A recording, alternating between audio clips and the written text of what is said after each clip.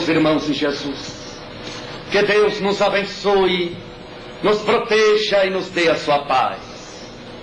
Licurgo, o célebre orador ateniense, certa vez fora requestado pela sociedade filosófica da antiga Grécia para discorrer sobre um tema que ele era especialista, mas que os novos filósofos contemporâneos da época anelariam lograr a oportunidade de escutar novamente de Licurgo o discurso sobre educação que ele fazia de maneira ímpar e louvável. Solicitado para discorrer sobre o tema, Licurgo aceita, mas para surpresa geral ele pede algum tempo a fim de preparar-se. A surpresa foi geral, porque ele era capaz de discorrer sobre qualquer tema com muita facilidade, especialmente sobre educação, visto que os seus seguidores e condiscípulos já o haviam assistido discorrer sobre esses temas por mais uma dezena de vezes.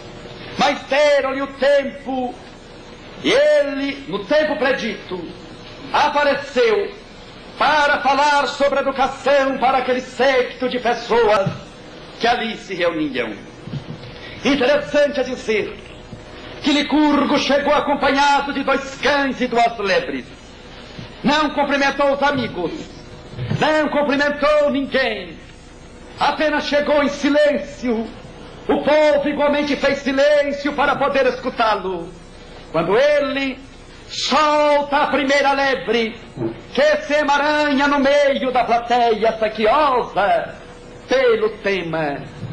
10 segundos após, Licurgo solta o primeiro cão, que caça a lebre, pareja, entra ele também no meio do povo quando a encontra, avança, morde e a estraçalha.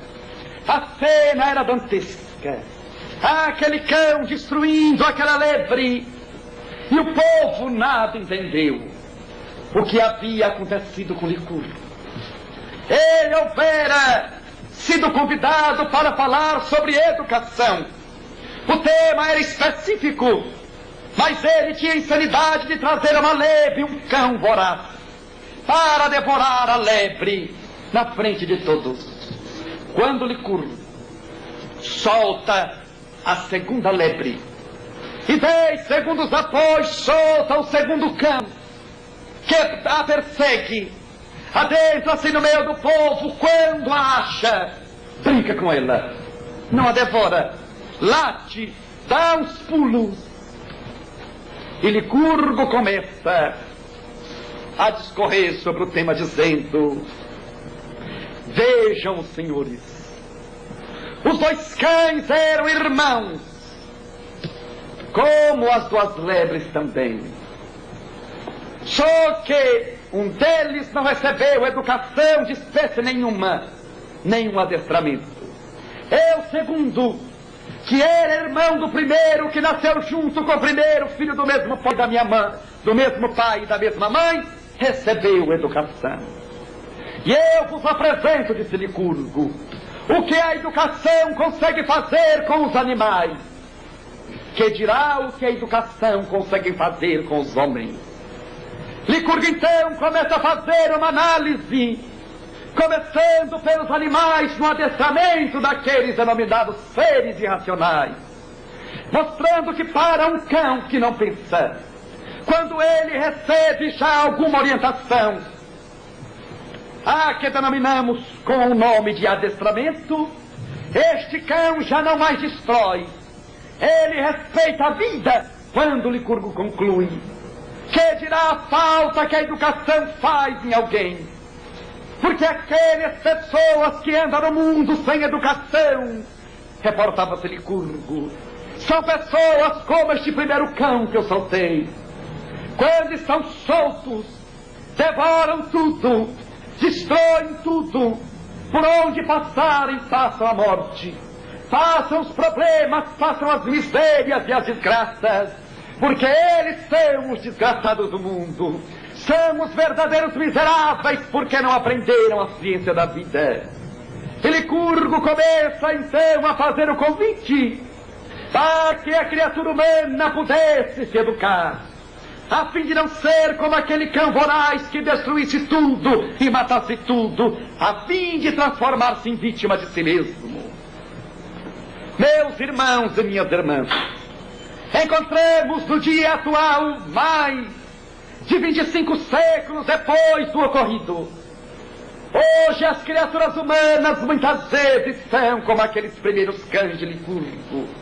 Destroem tudo, reclamam de tudo e se concentram em fazer tudo errado. E depois sofrem e chegam reclamando: eu não sei porquê, mas eu tenho tanto problema, tanta angústia, eu não sei porquê. Não sabe porquê, nunca foi educado. Não nos reportamos à educação louvável dos bancos escolares, mas nos reportamos à educação para a vida eterna. Porque, segundo Paulo, a ciência incha, mas é o amor ensinado que edifica.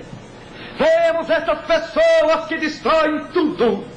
Eles conseguem destruir a esposa, os filhos, a família. Eles conseguem destruir o trabalho. É o melindre, a fofoca, que destrói como aquele cão voraz aqueles que conviverem com ele por alguns instantes.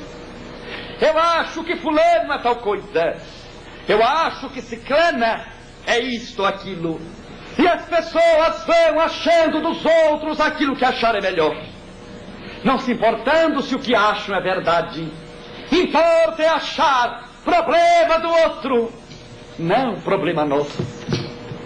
Porque a doutrina espírita nos apresenta as leis de Deus de forma clara, límpida, mostrando que somos hoje o resultado do ontem e seremos amanhã o resultado do hoje.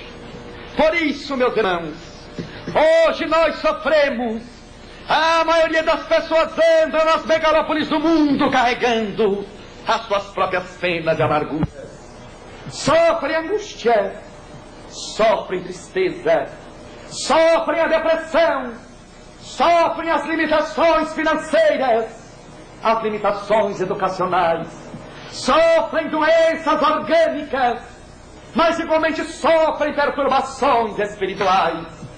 Sofrem porque estão manipuladas pelos vícios, sofrem porque não conhecem a si mesmos, e sofrem porque ainda optaram por isso. À medida em que nós alçarmos as mangas da boa vontade e partirmos para a luta, não nos reportamos aqui a uma luta armada, nem a uma luta nossa contra outros, mas uma luta moral de nós contra nós mesmos. Porque vencedor não é o que vence os outros, vencedor é o que vence a si mesmo. Faz-se mistério então, conhecendo a nós mesmos, saber o que é que devemos vencer em nós mesmos. Porque aquele que está informado que precisa lutar contra si mesmo, se ele não sabe com o que lutar e contra o que lutar, ele gasta uma força hercúlea, mas não vai longe. Ele gasta muita força, mas não tem um objetivo definido. Por isso nós devemos ter um objetivo definido. E nesta hora aziaga de emoções deslocadas, faz-se mistério nos educarmos, a fim de podermos viver mais e melhor. Porque, meus irmãos, realmente muita gente sofre. Se sairmos nas ruas e fizermos uma pesquisa indagando num quarteirão, onde visitamos casa por casa, batemos palmas, tocamos a campainha e indagamos: minha irmã, por favor me responda uma questão. A senhora é feliz? A maioria dá um sorriso. Os mais felizes dizem: tento ser. Mas a maioria já abre o jogo logo: sou infeliz. Quem de vós sois infelizes? A maioria levanta a mão. Eu tenho problema, tenho angústia, tenho tristeza, provação, dificuldade com o filho. É uma dificuldade atrás da outra. Mas o que é o sofrimento? O sofrimento é falta de educação. Mas segundo a psicologia moderna, o sofrimento é um mal-estar decorrente de um acontecimento desagradável mal administrado. Vamos exemplificar. Supõe-se que nós estamos aqui e adentra-se a este salão, neste exato momento, alguém totalmente alcoolizado. Essa pessoa entra, é um alcoólatra, e ele começa a nos acusar a todos, de que somos ladrões e pervertidos, de que somos desequilibrados e endemoninhados. Ele é o mal-estar que chegou, decorrente de um acontecimento desagradável, ele nos acusando. Mas isso por si só não é sofrimento ainda. Metade de nós pode olhar para ele e se irritar e dizer: ele não sabe com quem está falando. Por acaso o Senhor me conhece? O Senhor, por acaso, já estou sofrendo. Porque o mal-estar decorrente de um acontecimento desagradável que não foi administrado gerou em mim sofrimento. Eu aceitei a acusação. Você não sabe com quem está falando. Ponha-se para fora daqui. Já outra metade do grupo pode olhar para ele e falar: é um coitado, é um problemático, um alcoólatra e um perturbado espiritualmente, porque o alcoolismo sempre andou de mãos dadas com obsessão. Por isso ele não sabe o que diz. E a outra metade não sofre, porque o mal-estar decorrente de um acontecimento desagradável foi bem administrado. Mas, meus irmãos, temos esta problemática. A pessoa aceita toda e qualquer ofensa que lhe fizer, e depois quer deixar de sofrer. A ciência está em não sofrer e não em aprender a deixar de sofrer, porque a maioria do povo remedia. Para tal doença, tomamos tal remédio. Para dor de cabeça, tome tantas gotas de tal remédio. Para dor no coração, tantos comprimidos sublinguais de outro remédio. Para dor no intestino, tal remédio. Para dor na perna, tomamos outro. Nós somos especialistas em remediar, mas não em prevenir. Por isso a educação da vida previne os males. Daí porque falaremos depois na administração dos acontecimentos desagradáveis. Mas, meus irmãos, não é assim. Quando alguém chega e nos acusa, e aquilo fica entalado na garganta. Quando a pessoa dobra a esquina, aí vem a ira. Fulana me paga, ela não sabe com quem mexeu. Coitada dela, e coitada de mim que estou nervoso com ela. Coitada dela, ela vai ver, que eu já estou vendo. Ela vai ver, ela me paga, que eu já estou pagando. Eu estou com problema. Se eu não aceito a acusação, eu falo: mas coitadinha, ela não sabe o que diz. Fulana ou fulano está com problema, veja, está falando tanta mentira. Deve estar com problema, porque na vida a gente dá aquilo que tem. É a mesma coisa que dizer: quando alguém lhe acusar, esqueça. Quando alguém lhe disser alguma coisa que você não gostou, esqueça. Não tem como. Porque só duas espécies de pessoas conseguem esquecer o problema. Primeiro, os deficientes mentais graves. E segundo, alguém que caiu e deu uma amnésia profunda. Fora isso, não consegue. Quer ver? Meus irmãos, particularmente eu lembro de todas as pessoas que me acusaram até hoje, porque eu encontro com eles. Muitas vezes é o vizinho. Como é que eu vou esquecer o vizinho? Eu esqueço a noite de manhã, obra pobre, está sendo com o automóvel, lembrei dele, lembrei do problema, não resolvi. Nós podemos esquecer, esquecemos hoje. Que maravilha, não lembro mais de fulano. Aí vamos fazer uma viagem para São Paulo, capital. Vamos ao shopping, dobramos a esquina e damos de cara com quem? Com o bendito. E aí lembramos do problema. Por isso o problema não se esquece, mesmo que quiser. Quem é que vai deixar de lembrar do vizinho se ele é vizinho seu há 30 anos? Se nós temos problema com alguém no centro, como é que nós vamos esquecer dele se nós encontramos todas terças, quintas e sábados? Não há como. Nós sabemos ele, quem é, sabemos o carro dele, conhecemos o filho dele, o número da RG. Não tem como esquecer. Tem como resolver. A proposta, sim. Vamos resolver. Porque aí podemos conviver, o que é uma ciência. Conviver sem odiar, perdoando, amando, compreendendo. Vamos conviver. Notem os irmãos que nós não estamos falando conviver.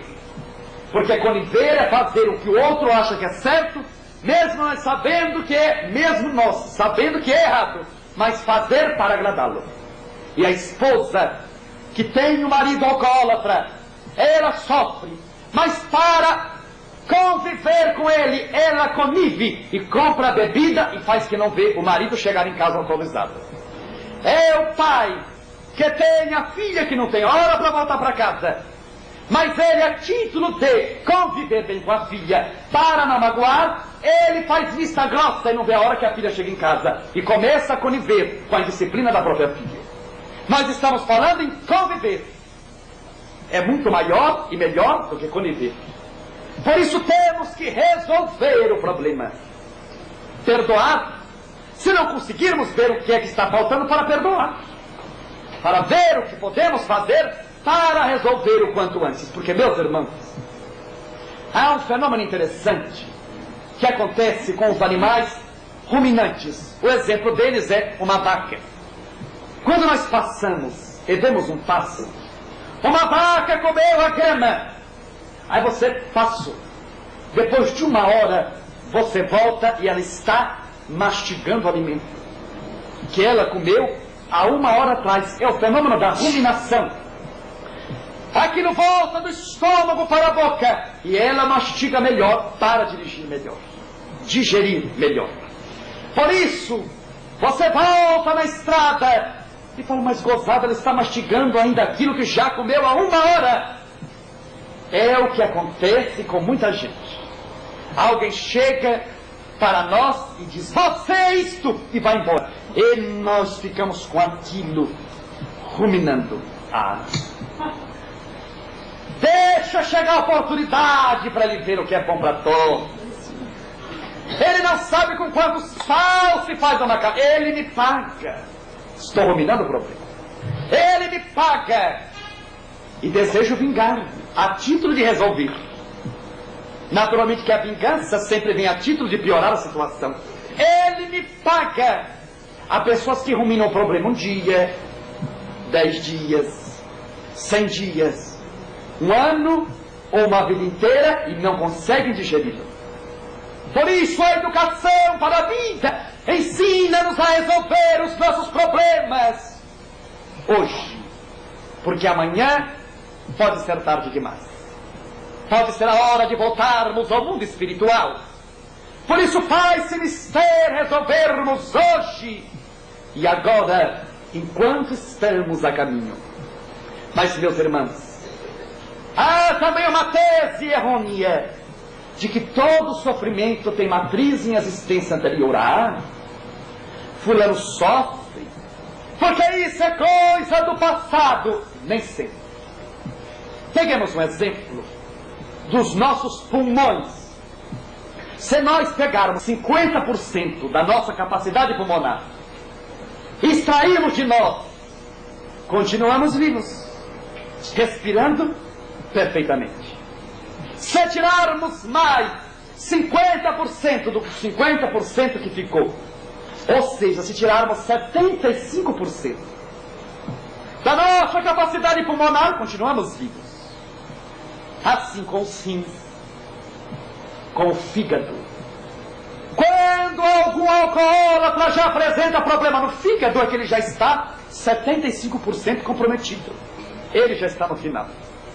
Por isso nós temos muito mais do que precisamos para viver.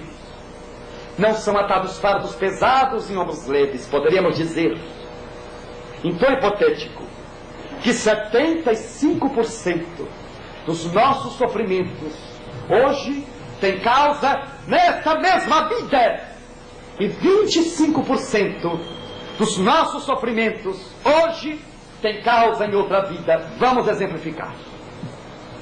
Peguemos dois rapazes gêmeos, univitelíneos, exatamente iguais.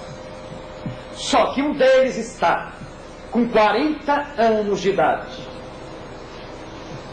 Foi sempre um ótimo pai de família, um homem honesto, trabalhador, humilde, estudioso, amoroso, um homem notável, mas está com câncer. Aos 40 anos ele descobriu que está com câncer. Ora, nós fazendo uma análise e uma avaliação, não encontramos nesta vida a matriz para esse câncer, porque ele sempre foi um homem justo, um homem honesto, um homem amoroso, desde criança, respeita os pais e agora respeita a família. De onde a causa desse câncer? Nos 25%, em outra existência. Mas peguemos o irmão dele. O irmão dele, aos 18 anos de idade, para andar na moda, começou a fumar 3 carteiras de cigarro por dia. Não era viciado, fumava por esporte, mas fumou 30 anos. E começou a beber socialmente, não era alcoólatra, 2 garrafas de uísque no final de semana. Então bebeu e fumou a vida inteira. Aos 40 está com câncer, enfisema pulmonar, que agravou em câncer. E aí nós perguntamos aos amigos de bebedouro: esse homem está com câncer por causa de outra existência? De maneira alguma. Por causa dessa existência. Daí porque muitas doenças não estão no programa. Muito sofrimento não está no programa. Mesmo porque Deus não manda sofrimento nunca para ninguém, porque senão não havia como vencer. Se Deus nos mandasse sofrimento, quem é que em sã consciência acha que vai vencer Deus? É deitar e aguardar a morte. Não adianta, foi Deus que mandou. Por melhor que seja o médico que vai ganhar de Deus, a gente já deita e nem toma remédio para gastar dinheiro à toa, custa uma fortuna hoje em dia. Você deita e chora e aguarda a morte, porque contra Deus não há nem que vence. Daí porque Deus não manda sofrimento, diz a doutrina espírita. Ele nos manda acontecimentos desagradáveis, que será sofrimento se nós deixarmos ser. Voltamos à definição de sofrimento. Sofrimento é um mal-estar decorrente de um acontecimento desagradável, mal administrado. Daí porque um acontecimento desagradável pode ser sofrimento para um e pode não ser para outro.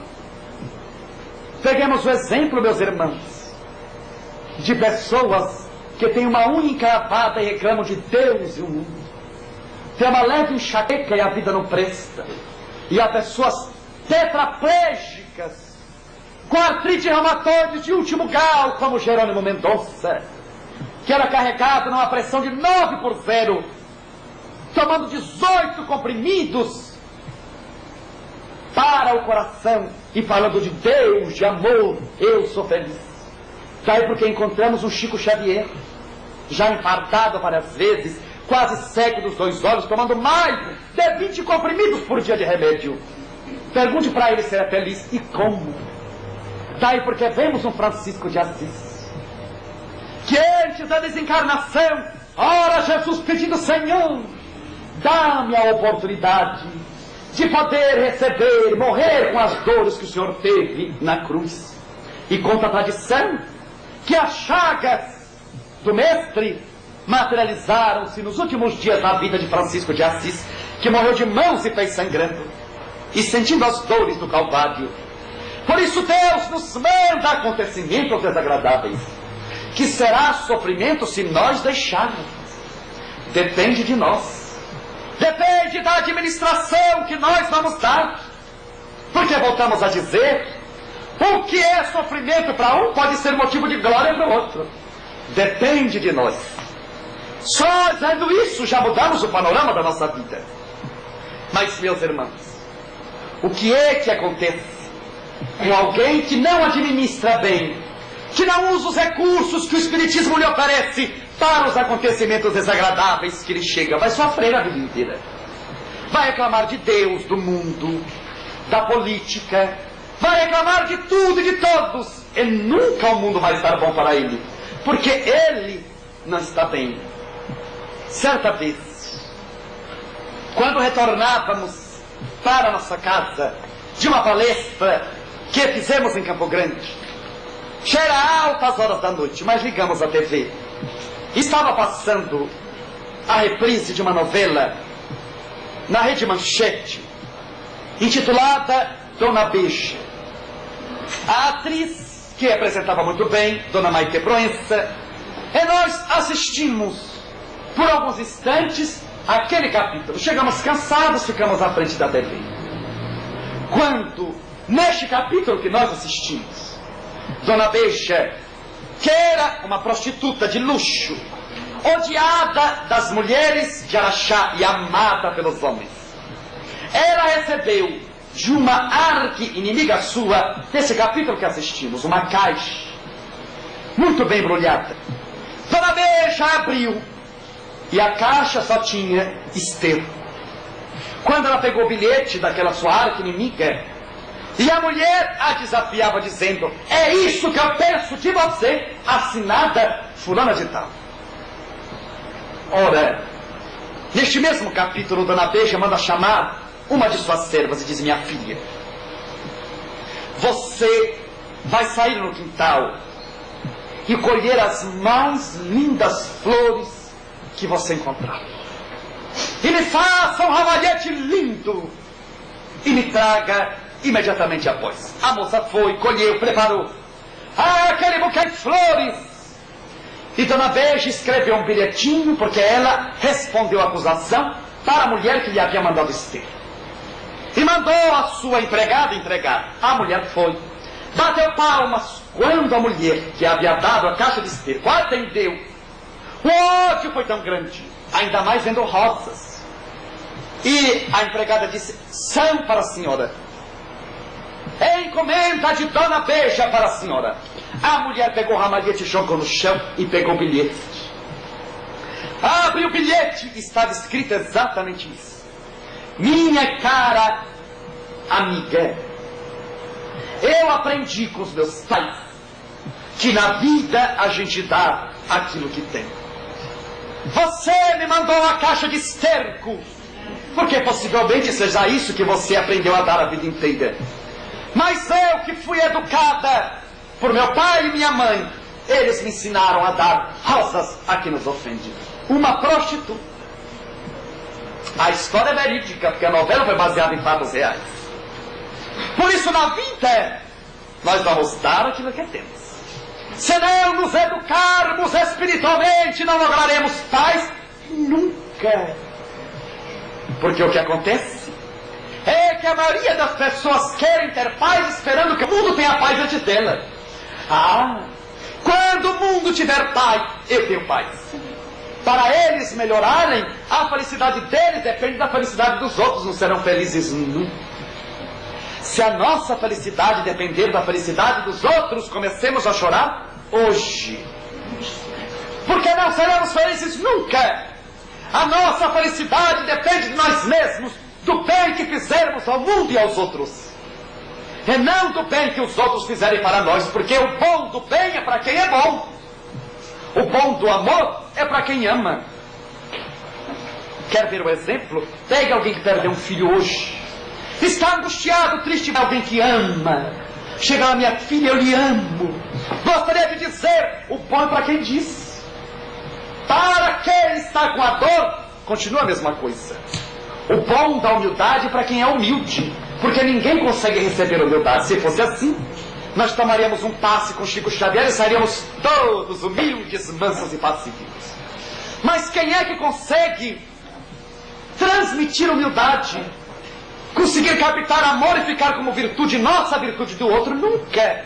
As virtudes, nós estamos informados pela doutrina espírita, é conquista do Espírito Eterno. Por isso a nossa reação deve ser sempre de calma, de tranquilidade. É o melhor que nos está acontecendo. Se nós vamos ser assaltados, calma. você já vai ser nervoso com calma, depende de você. Se você ficar nervoso, o assaltante fica nervoso. Você já está sendo assaltado. Se você chorar, desencarnar, vai dar na mesa, então fique calmo. Olhe, murva, irmão assaltante, boa noite. Já estamos sendo assaltados mesmo, vamos fazer o quê? Vamos ter que entregar os bens. Então entregamos a vida. Não olhamos para ele, disfarçamos, olhamos para o chão, para ele desconfiar que a gente vai testemunhar depois. Depois a gente sai correndo e testemunha. Foi ele! Mas na hora a gente disfarça. Então ficamos. Pois é, que maravilha. Vá com Deus, meu irmão. Jesus te abençoe. Vá com Deus, dá o endereço do centro, onde ele volta para uma parte conosco. Porque ele vai devolver para a vida tudo que nos tomou. Porque tudo que não é nosso, se nós pegamos, nós vamos ter que devolver. Por isso nós já vamos abençoando, não vamos nos preocupar. Não vamos sofrer por uma coisa que ainda não aconteceu. Porque a humanidade é especialista em sofrer por aquilo que talvez aconteça amanhã. Eu tenho certeza que amanhã vai dar alguma coisa errada na minha vida. Porque amanhã já está dando errado hoje. Porque você está no presente com a mente no futuro. Mas nós temos que nos preocupar com o futuro nunca. Porque futuro nunca chega. Se chegar já não é futuro, é presente. Futuro é o que vai chegar. Mas nunca chega, porque se chegou, é presente, é o momento que você vive. É a definição de presente. Por isso a pessoa sofre por uma coisa que nunca chega. É a época do vestibular. Será que eu vou passar? Ou será que não vou? Vou ou não vou? Falta um mês. Vou ou não vou? Vou. Não, não vou. Aí vai e passa. Passou, mas sofreu como se não tivesse passado. Por que quis? Foi Deus que mandou? Nunca. Aí ele sofreu. Agora eu passei para a medicina. Eu sou feliz. Não, não sou feliz, porque eu só passei, mas não sou médico ainda. Só vou ser feliz quando me formar. Só vai ser feliz daqui 6 anos. E ele vai levando esses 6 anos como Deus lhe permite.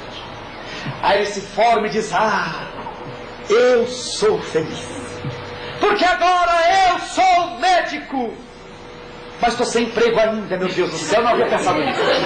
Por isso eu tenho que me empregar e vou ser feliz mesmo, porque médico desempregado não adianta nada. Aí passa-se 2 anos, ele é feliz. Porque agora eu me formei, passei no vestibular, sou médico, empregado do SUDES. Porque tão pouco tem que fazer 4 empregos para poder viver. Ninguém é feliz assim. Por isso eu só serei feliz quando tiver a minha clínica na melhor avenida de Bebedouro. Aí ele vai ter a clínica na melhor avenida de Bebedouro. E o dia que inaugura a clínica, ele morre atropelado na porta da clínica. Morreu infeliz. Tomemos cuidado, e nós estamos indo porque conhecemos casos. Eu serei feliz, não vai ser feliz nunca. Ou é ou não é. Buscar ser hoje. Porque viver o futuro nunca chega. Se chegar, não é futuro, é presente, mas a pessoa condicionou a viver o amanhã. Viver o que não existe, porque futuro não existe ainda, até chegar tornando-se presente. O futuro é suposição, nós podemos mudar e muito, porque nós somos os senhores dos nossos destinos.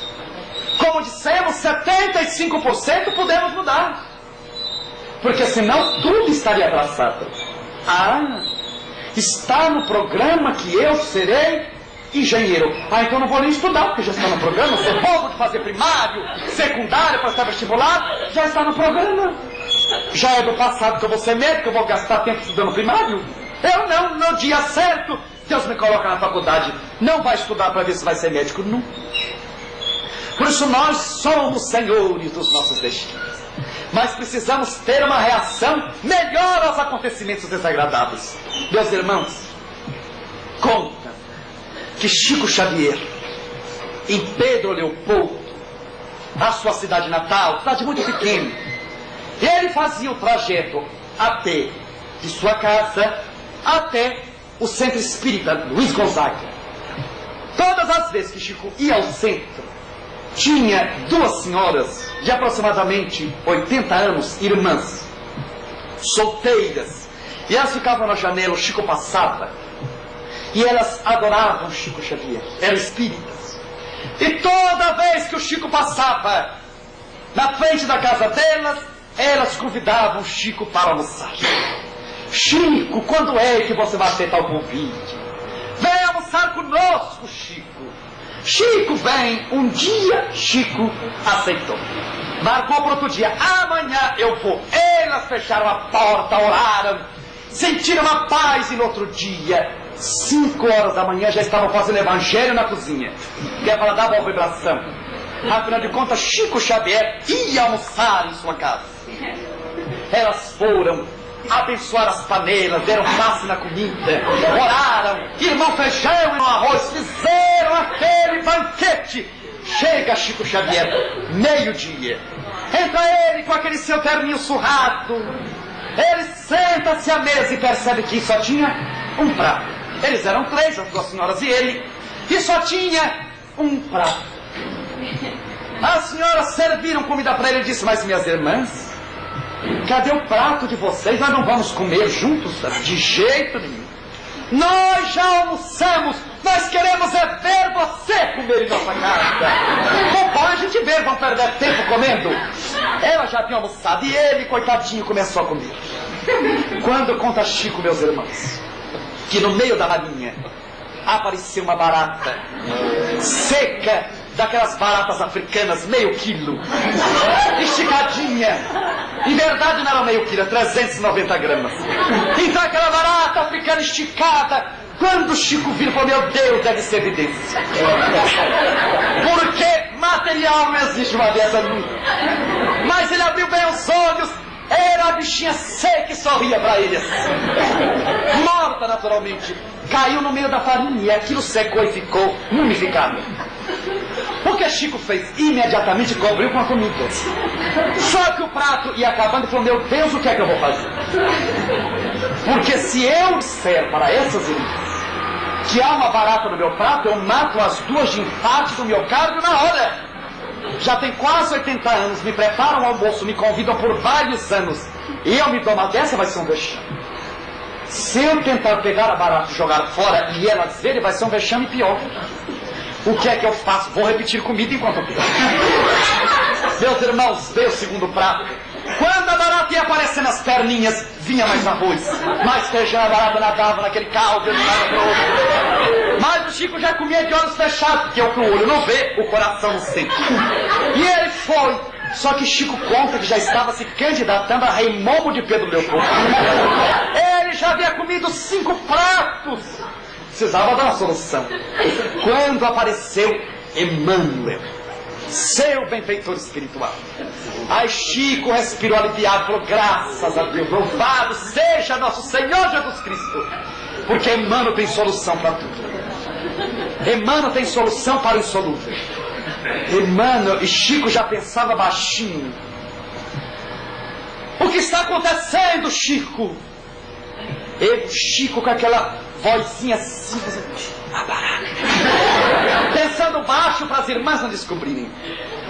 Mas o que tem a barata?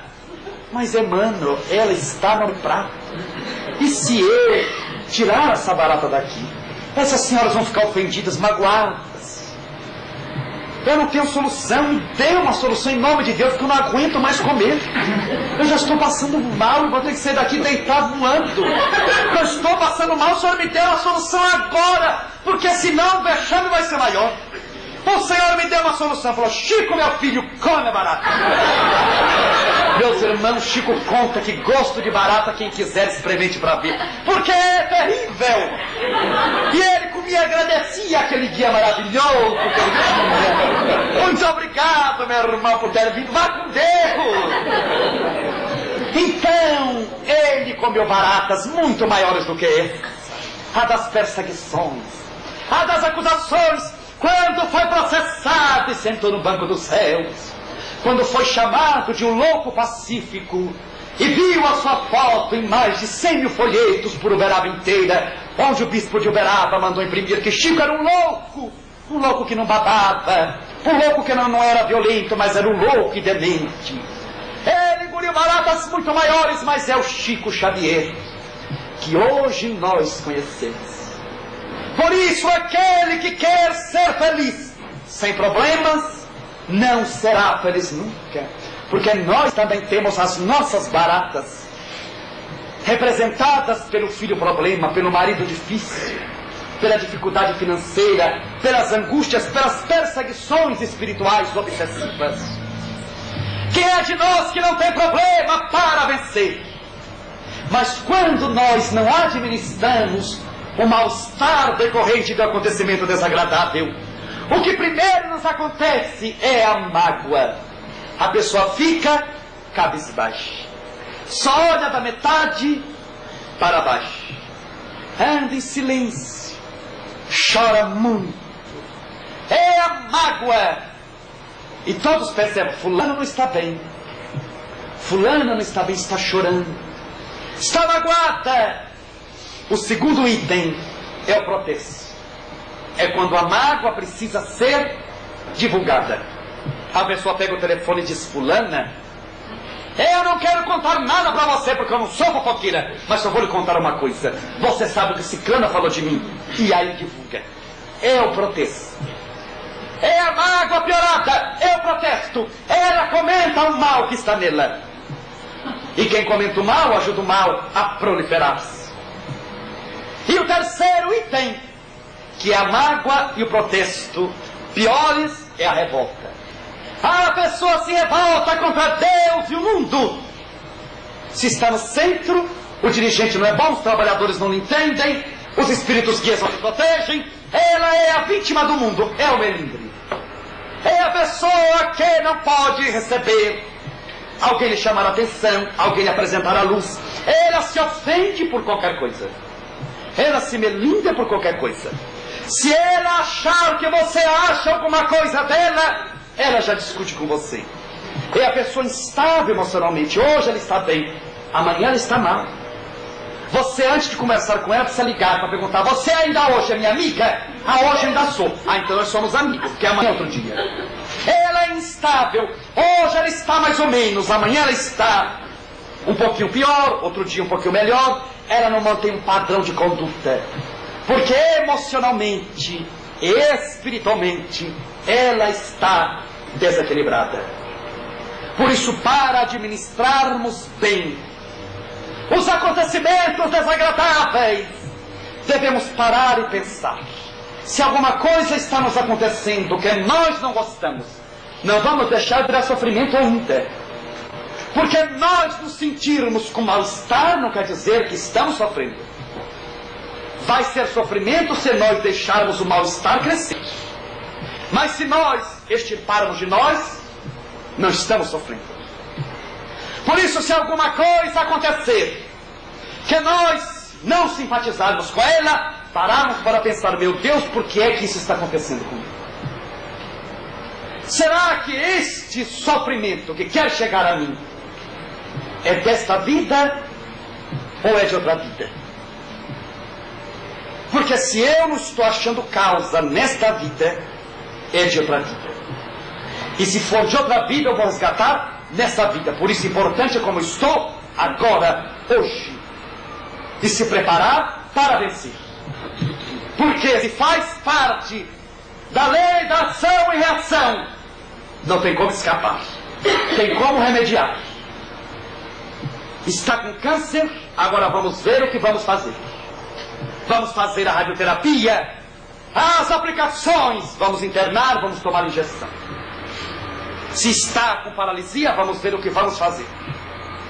Mas antes de chegar em nós, faremos, porque muitas vezes isso não é nosso, está conosco por um acaso. Porque nós permitimos, porque não vigiamos e oramos adequadamente. Muitos dizem: ah, Jesus falou orai e vigiai. Não falou nada disso. Falou vigiai e orai. É muito diferente. Porque vai orar sem vigiar. Ore no meio de uma rodovia para ver.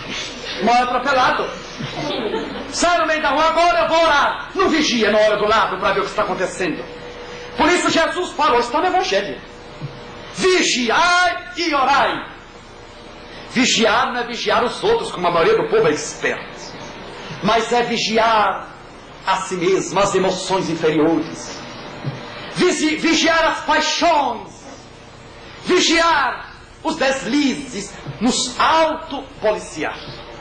E a oração a que Jesus se reportou não é somente a prece, mas é a oração do exemplo. É o jejum que inclusive Jesus nos aconselhou.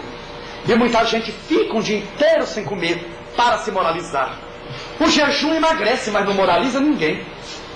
Porque o jejum a que Jesus se reportou é o jejum da maledicência, da fofoca, dos crimes, dos melindres.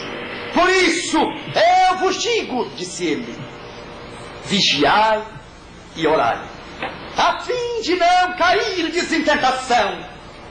A maioria das pessoas sofre porque não vigiou e orou. Por isso, se um acontecimento desagradável chegar para nós, pensar, será que se eu tiver uma reação de amor, eu vou sofrer isso que está me apresentando? Será que se eu for humilde, eu vou ter que passar por isso? Muitas vezes não. Mas, meus irmãos, quantos crimes acontecem porque um automóvel encostou no para-choque do outro? Aí alguém desce, diz uma coisa, o outro retruca, o outro arranca a arma e o outro mata. Estava no programa do passado, não? Quantos sofrimentos, quantas discussões por causa de um muro, quantas mortes por causa de uma galinha velha que nem para despacho serve mais. Quantas mortes e crimes por causa de fofoca. Porque fulano, porque eu acho que fulano falou de mim tal coisa. E ele vai ver, o coitado do fulano, nem sabe o nosso nome. Muitas pessoas se perguntaram a hora para outra, que oração, meu irmão, outro já se ofende. Por isso, nem tudo é do passado. Nem todos os nossos sofrimentos nós precisamos passar. É a proposta do Espiritismo. E aqueles que nós precisarmos passar, nós iremos passar com resignação, com otimismo, com amor, a fim de passar melhor. Porque, meus irmãos, dor por si só não evolui ninguém. Ninguém escarneça disso. Se dor evoluísse, nós, em vez da palestra, pegaríamos aqui, abriríamos uma caixa e daríamos a cada um dos companheiros um martelo. E falaríamos, meus irmãozinhos, agora coloque a mão sobre a mesa e vamos martelar os dedos. Aí martelamos os dedos e gritamos de dor. E estamos evoluindo? Não, somos todos ignorantes e loucos candidatos ao sanatório. Mas a dor então evolui? Essa dor não. É o sentido que ela nos oferece. É a lição que ela nos oferece. Porque há pessoas que estão com dores enormes e não estão aprendendo nada ainda porque reclamam. A dor, ela nos dá uma contribuição de paciência, porque com dor nós precisamos ser pacientes para receber o medicamento. Humildade, porque se reclamar dói mais.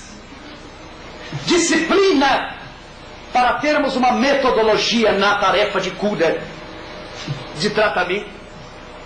Perseverança, otimismo e fé, para saber que o medicamento que nós vamos tomar vai surgir efeito.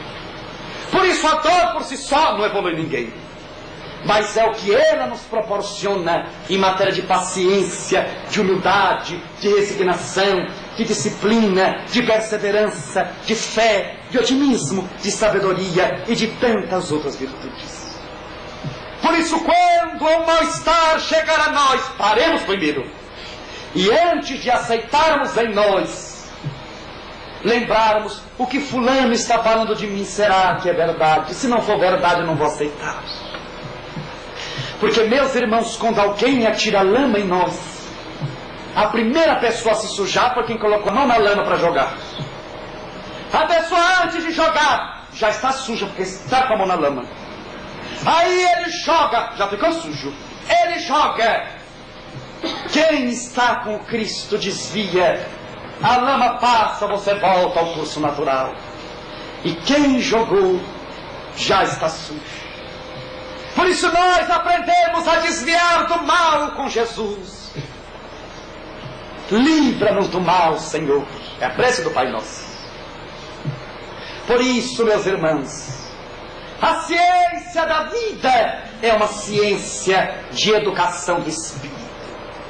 E educar o espírito é uma ciência, a maior de todas elas, cuja maioria das pessoas está despreparada para viver. Por isso nós, meus irmãos, devemos concentrar os nossos esforços no bem que devemos fazer. Quando alguém nos acusar, o problema é dele. Mas quando nós acusarmos a pessoa, o problema a partir de agora também é nosso. Por isso, quando alguém chegar para nós e dizer: olha, fulano está falando de você tal coisa, vamos sorrir. É mesmo, Deus abençoe, façamos papel de bobo. Porque para o mal nós devemos fazer papel de bobo, não entendemos o mal. Não estamos habituados com ele. Mas como fulano está fazendo e falando isso de você, você não vai fazer nada? Já estou fazendo, servindo os que sofrem.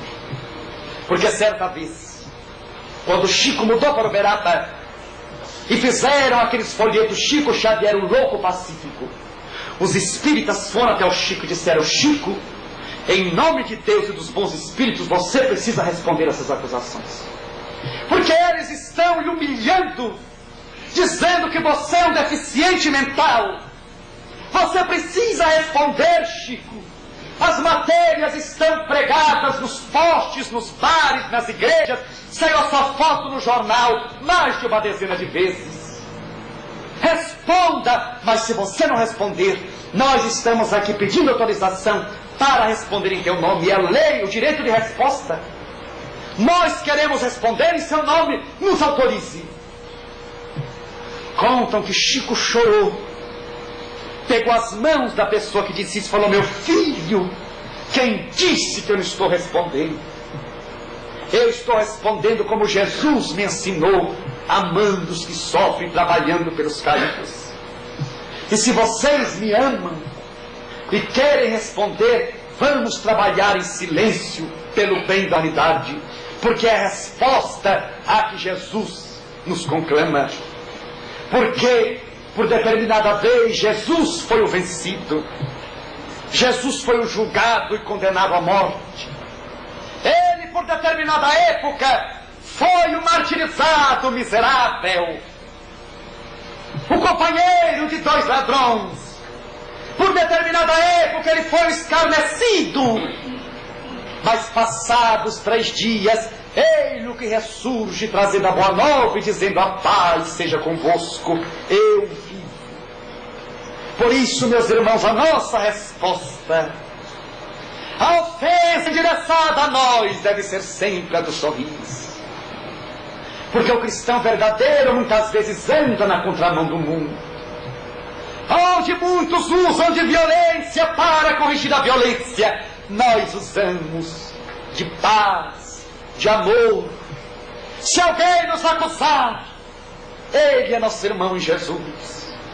Nós devemos entender que o espírita, o cristão, não tem inimigos. Tem amigos que se distanciaram de nós, muitas vezes porque nós não somos mais o que eles esperavam que nós fôssemos para eles, mas inimigos nós não temos nenhum. O cristão verdadeiro deve buscar o amor, mesmo quando esbofeteado numa face sorrir. Porque a nossa doutrina é de paz, é a de esperança. E somente assim, meus irmãos, nós venceremos. Notemos que os maiores acusadores de Chico Xavier, aqueles que já não morreram, tornaram-se seus seguidores, porque Chico os convenceu por amor a Jesus. Recordo-me do espírito venerando de Sacramento, Eurípides Barçanu, quando ele frequentava o Centro Espírita Fé e Amor, fundado no ano de 1900, na fazenda de Santa Maria, centro que está em pé até o dia de hoje. E ele, em vida, tinha 2 obsessores que não lhe largavam o pé por um instante.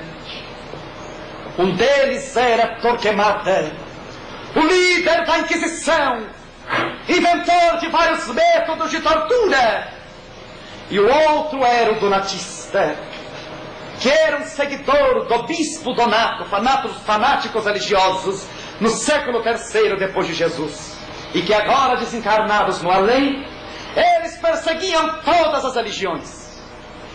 E estes dois obsessores o perseguiram desde criança. Eurípides converteu seu espiritismo. Eles se manifestavam através dele mesmo, porque Eurípides era um médium notável. E através de seu tio, senhor Mariano da Cunha, igualmente um médium notável também. E em várias sessões em Sacramento, por vários anos, Eurípides conversava com Donatista e com Torquemada, tentando convencê-los do bem, quando certa vez contou-nos Tomás Novelino. Donatista, o espírito manifestando através do seu tio, conversando com Eurípides, diz Eurípides: o teu Cristo nunca será o meu Cristo. Eu não estou convencido de que Espiritismo seja a iluminação de consciências humanas. E eu vou lhe matar com toda certeza, porque quem não é por nós é contra nós. E eu irei lhe matar com o cajado do Senhor. Era um sacerdote. Aguarde mais certa vez, depois de vários anos, Donatista avisa Eurípides: Eurípides, eu vou partir, porque alguma força maior a minha me chama ao mundo espiritual, mas não te equivoques, porque eu volto, e a minha vingança será muito maior e melhor do que agora realizo. Adeus, Eurípides, eu voltarei. Não disse mais nada. Passaram-se alguns anos. Quando o Espírito se manifesta, volta e diz: Eurípides, Eurípides conheceu a voz. Sou eu, o Donatista. Eurípides, eu lhe descobri na terra quando você contava pouco mais de 4 anos de idade. Eu via que você não faria o que eu desejava, o que nós desejávamos. Eu via que você era o lobo na pele de ovelhas para ele. Por isso, a partir dali, eu tentei lhe derrubar. Especialmente quando você tornou-se espírita, aí sim eu concentrei os meus esforços na tua queda. E por mais de uma década nós conversamos nesse centro. E você nunca me convenceu. Mas Eurípides, eis que uma força maior do que a minha me retornou, me fez retornar ao mundo espiritual. E lá, Eurípides, eu pude meditar melhor e ver que estava desequilibrado. E agora, Eurípides, eu voltei para lhe fazer somente um pedido. Porque daqui eu irei retornar outra vez do lugar de onde vim. Eu, Eurípides, venho lhe fazer um pedido. Eu que sempre fui o seu obsessor primeiro e quis lhe matar. Eu venho aqui para, a partir de hoje, pedir-lhe autorização para chamá-lo de meu mestre. E o espírito chorou como criança. Conta Tomás Novelino que Eurípides igualmente chorou e abraçaram-se os dois. Eu, Eurípides, tentarei lhe ajudar a partir de hoje. E ali trocaram votos de amor e esperança. Assim, meus irmãos, a nossa vitória deve estar calcada no exemplo. Nós não expulsamos demônios. O chamamos para perto de nós, a fim de apresentar-lhes a luz. Vinde a mim, todos vós que sofreis. Vinde a mim, todos vós que estáis sobrecarregados, porque eu vos aliviarei, dizia nosso Mestre Jesus. Por isso a nossa doutrina não é de ir avante correndo do demônio.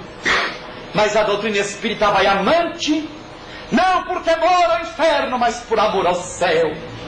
Do Calvário ao céu, olhando para a frente, concentrando as forças no bem que devemos fazer, reclamando menos, produzindo mais, e tendo a convicção sincera de que somos hoje melhores do que ontem. Mas já que estamos indo na trilha de ascensão, seremos amanhã melhores do que hoje. Concentremos as forças a fim de podermos realizar mais, sofrendo menos, realizarmos mais, a fim de construirmos em vez de destruir.